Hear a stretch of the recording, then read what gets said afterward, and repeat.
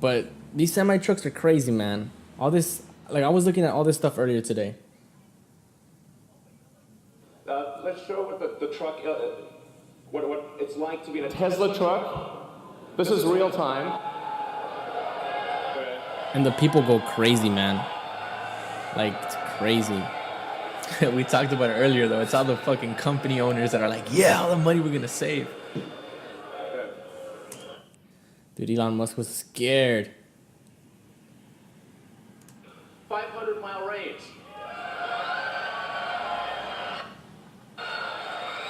I don't see what Joe Rogan saw, though.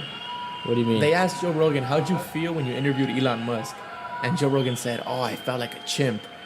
That man is just on a different level. But if you watch the interview, they kind of seem like the same, you know? Yeah. He seems kind of out of it, though. I don't know what's up. And then when the thing is that these semi trucks are gonna be self-driving too, you know, like you heard about what Andrew Yang was saying. Within the next 5 years, they're gonna be developing semi trucks that drive themselves with people inside just basically as a key, like a safe key.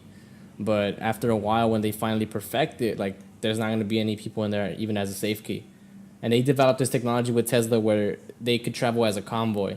So like these kind of like semi trucks are connected in some certain way where like it's easier for them to drive as a convoy rather than individually. So are they going to construct like separate lanes in the freeway that are just for commercial semi trucks? I'm thinking they are. And the thing is that that's going to take a lot of money, man. These semi trucks are, well, I'm not even sure if they even have to, because I mean, these things are so smart and they're going to drive themselves. What Andrew Yang was saying, by the way, the next presidential candidate, was that they got this technology perfected so well that it's got a success rate of 98%. Oh, yeah, and then he's like, but that 2%, though, like, is it going to just crash into somebody, you know? No, but he said that 2% could easily be fixed. Why hasn't it been fixed? I forgot what he said. I think the 2% was having a person inside. But, like, within the next 5 years, man. Fuckers are clapping, huh? They're What? clapping. They're like, how are we going to save all this money? And the thing is that all that money is just going to go back to them. What Andrew Yang is saying is that all the money that they're going to save is the money that he's going to use to support the universal basic income, you know? They're going to save all trucking companies together. They're going to save like over $100 billion, man.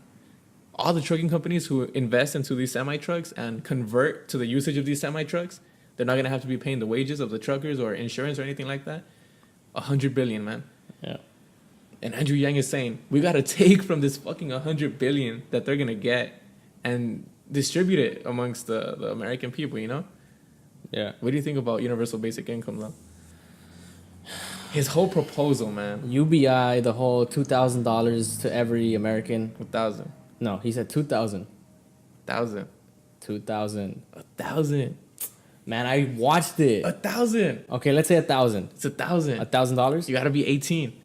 and you get $1,000 every month. At the age of 65, they stop giving it to you, though. Well, isn't that when your like Social Security kicks in? Yeah, that's what he was saying. Like, if you have Social Security, we're not going to be giving you more fucking money, you know? How much is $1,000 for everybody living in the United States? Like, how much does that add up to?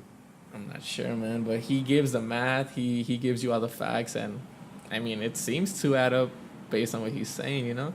Yeah. You know that they're already doing this in Alaska? What? Alaska has basically a But universal basic income. Alaska has a very small population.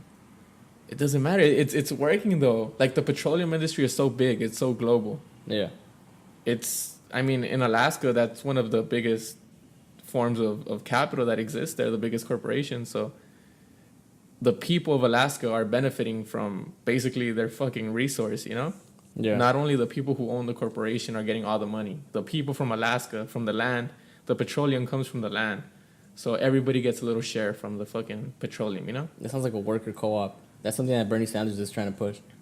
That's the shit, though. Like, Andrew Yang, he's got good ideas, but the U.S. environment, the political environment, it's not gonna accept somebody like that, you know? You can't just come in here and start saying all this radical shit. Because it's socialist. All this radical shit that could possibly benefit our situation as a country, but you're not gonna get, I don't feel he's gonna get that much support, man. they're gonna shut his ass down. Yeah, I think he's I don't know. I think it's the ideas are very, very direct and, like you said, very controversial and radical. Like they asked him, why are you, if you're so focused on money, on the whole economic fucking perspective, why are you running as a Democrat? You know, shouldn't you be a Republican? And he lagged to answer that question, to respond. He's like, well, if you see my stance on all other democratic, like, for instance, abortion or the way he feels about guns, he's like, those are more democratic, so I'm a Democrat. He's not a fucking Democrat. The thing is that this country is run on a dual party system. It's not a multi-party system. It's, you're either Republican or you're Democrat, and there's third parties are never going to be successful. They monopolized the whole political fucking system, man. That's just monopolized. The thing is that either way, it depends, man. Sometimes it works better this way, and sometimes it doesn't. Like South Africa has a multi-party system, but because of that, there's so many parties and only one's dominating. It's called the ANC, the African National African National Committee. I've heard about countries like that. They have like different. They have like four major political parties, and it's like, damn. But I don't know. I don't know how those countries are doing. Anyways, I got the facts, man. Back to this guy Elon Musk. The thing is that this whole the whole warehouse jobs, like, you know how we said that there's a lot of jobs in warehouses.